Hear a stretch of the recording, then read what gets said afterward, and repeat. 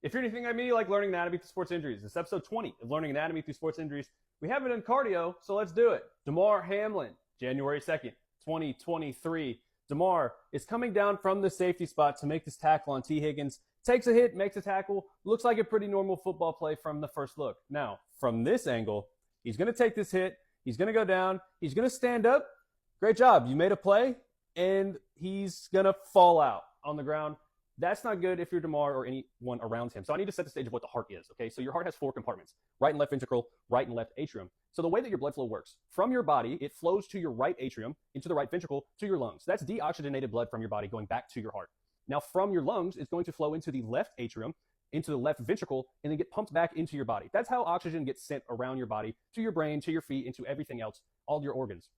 And so the heart has this sequence of electricity, and it goes the SA node, the AV node, bundle of His, and the Purkinje fibers. Now, that's not super important here, but I just wanted to lay that out. But that creates this EKG or ECG. This is a electrical visualization of the electrical components of your heart. So the P wave is the first thing that happens. It's atrial depolarization. Your atrium fires, and that leads to the QRS complex, which is the ventricular depolarization, which that fires, so that's contracting.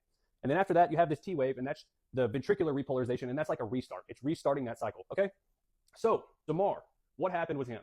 He had a cardiac arrest on the field, all right? And it was because of something called commotio cordis, all right? That's a blunt force trauma to your chest beginning at the T wave or at the end of the ST segment, okay? And the ST segment is only 80 to about 120 milliseconds. So for him to get hit at the exact time in order to throw his heart out of rhythm, that's super rare, all right? And it's 97% fatal if not treated within 3 minutes.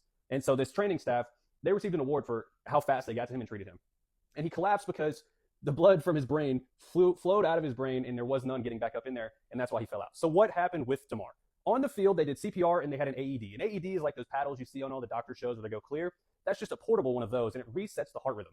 They actually got his heart fired again on the field after his cardiac arrest. They gave him oxygen and IV fluids on the field as well, and he was transported via ambulance to a hospital. When you see the ambulance come out onto an NFL field, that's never good. They're normally carted off. The ambulance came out, they loaded him up, and they took him to the hospital immediately. In the hospital, they had to intubate him, which they put a tube in his throat so they could help him breathe. He couldn't breathe on his own, okay? He was on a machine, and after 4 days, he came off of that machine, was able to communicate and talk and stuff like that. He retained all of his mental function. He retained all of his motor function. He retained all of his breathing function after a little bit of rehab, but he stayed in the hospital for 9 days. After this, he advocated for Access to AEDs Act. This is an act that helps schools get AEDs easier, and for obvious reason, because you never know when you're going to need one, and this actually saved his life. I think this really saved his life here.